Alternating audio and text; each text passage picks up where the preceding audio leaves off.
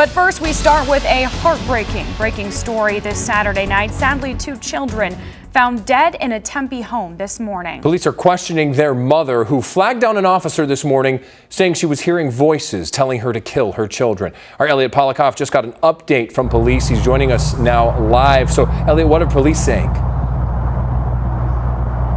Not a whole lot of new information at this time, but Spencer and Whitney, there is still a very much ongoing investigation happening. A heavy police presence here at the Tides apartment complex in South Tempe. You can see there's still plenty of caution tape and plenty of police officers on the scene.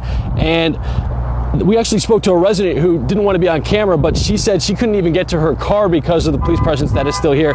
But really just a terrible sequence of events that happened earlier today. And it all started around 12:30 this morning when Tempe police were called out to the apartment complex for a domestic dispute between the mother and father of these children. But at that time, no arrests were made and the parties were separated and the children were safe in their beds. Fast forward to just after 7 a.m. this morning, and an adult woman flagged down a Tempe police officer by the Apache substation saying she was hearing voices in her head to kill her kids. Now, this Apache substation is about 6 miles from this apartment complex. Tempe police say the woman drove to that substation, and after hearing this from the woman, Tempe police returned to the woman's apartment where they found the 2 children deceased and with obvious signs of physical trauma. Tempe police didn't elaborate on what exactly they saw.